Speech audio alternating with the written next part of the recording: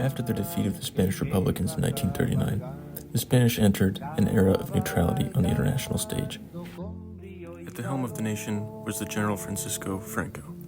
Franco was a staunch nationalist and Catholic who received help in his campaigns against the collection of largely left-wing paramilitary forces referred to as the Popular Front, or commonly referred to as the Republicans, by both Adolf Hitler and Benito Mussolini. Both leaders would go on to drag their nations into the biggest war in history. One would think, considering the early success of the Axis powers and the close political ties between the Axis and the new Spanish regime, that Spain would join the war.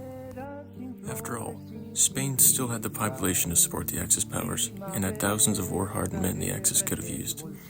Despite all of this, the Spanish remained neutral throughout the duration of the war. Why did this happen? Well, for one, Spain still had colonies in Africa and feared they wouldn't be able to defend them from allies in a prolonged war. And for two, the Spanish relied heavily on trade with the United Kingdom and America. And lastly, as the country was still recovering from war that devastated its economy, infrastructure, and military. Although the country was officially neutral, Spain still had Axis sympathies, as many German figures and German collaborators were granted asylum in Spain post-war. 1941 saw Germany commence the biggest ever land invasion, striking deep into Soviet territory. This invasion was costly to the Germans in manpower, as they had to fight across a broad front against the imposing Red Army.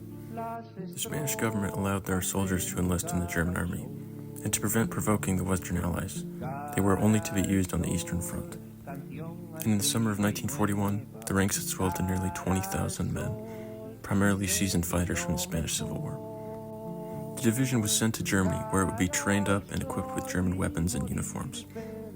To ensure compatibility on the Eastern Front, the division was divided into 3 large regiments. Once training was completed, the division was assigned as the 250th Infantry Division, or the Azuli Division, named after the blue of the Spanish uniforms they wore while in garrison. The division was assigned to Operation Typhoon, the advance towards the Soviet capital Moscow, but were instead sent to strengthen the German 16th Army speeding towards Leningrad. The 250th Infantry Division was deployed just outside Novgorod. In this region, the unit would make a name for themselves amongst the locals for their lack of discipline when they heavily desecrated a Russian Orthodox church. In the summer of 1942, they were redeployed yet again, this time to the eastern flank of the German forces besieging the city of Leningrad. It was here that the Azuli Division would face an onslaught of Red Army forces in the form of the 55th Soviet Army. Despite the raging Soviet attack, the 250th maintained its position on the flank of the German army. Their performance in the Battle of Kranji Bar caught the attention of Adolf Hitler, who had a medal commissioned in their honor.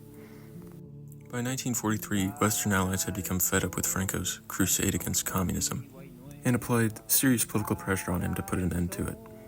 And in the following spring, they were called back to the homeland. Despite this order, many still remained, albeit a much smaller fighting force, downsized to a mere legion. The legion was cannibalized into depleted German units across the occupied territories, some even appearing in the Battle of Berlin. Throughout the war, the Spanish gained a reputation for their tremendous bravery and will to fight.